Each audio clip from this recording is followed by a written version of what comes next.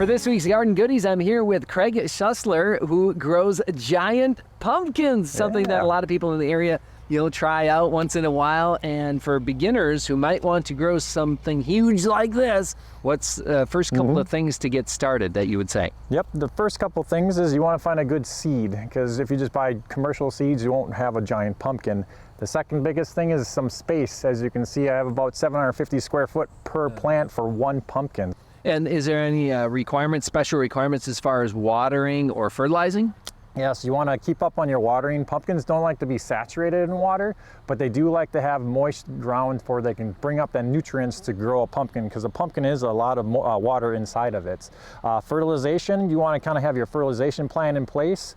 Before you start growing, you want to start a little bit of fertilizers when it's a baby pumpkin. Don't overfeed it or you'll burn it off. And then you want to focus on just one pumpkin with giant pumpkin. That is correct. So you want all the nutrients focused into the one pumpkin, and you also want to grow off your main vine. You have your main vine and your secondaries that come off of that. So you want your first female flower at least 10 to 15 feet off of your stump of your plant where it began. And then when the pumpkin is small, you want to put something underneath it, right? That is correct. So you want to make sure that it doesn't rot out. So underneath I have some dryer felts and some sand for moisture wicking. Yeah, and then the last thing is, if you're going to be at a giant pumpkin festival or a contest, how do you move the thing? Yeah, basically a chain hoist with an apparatus. You can lift it up and you back the trailer underneath, because right now this is estimated to be about 1,300 pounds. So relative rookie myself, so this would be a personal best for me, it looks like.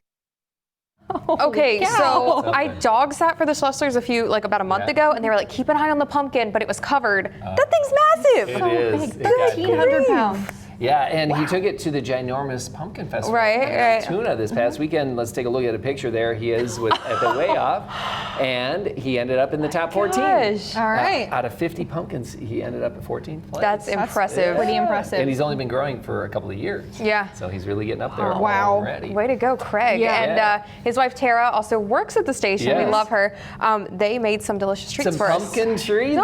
Since we're talking about pumpkins, right? We have to. And the special one that's kind of new here is this. And if you look at it, it looks like you see the chocolate chips. It's actually a pumpkin flavored French toast. Oh my gosh. Where you put the bread in the pan and then you spread the pumpkin stuff on top and it kind of soaks in, and then you sprinkle the chocolate chips on. What do you guys think about that? Oh, it's delicious. I need the recipes, and we will have them on the website, of course. But Yes. might have you to go to make the this. Wake Up Wisconsin page on WAOW.com, and the recipes will be there. We also have some pumpkin bars back here, your traditional pumpkin bars with a nice cream frosting. They're both also delicious. My gosh. So good.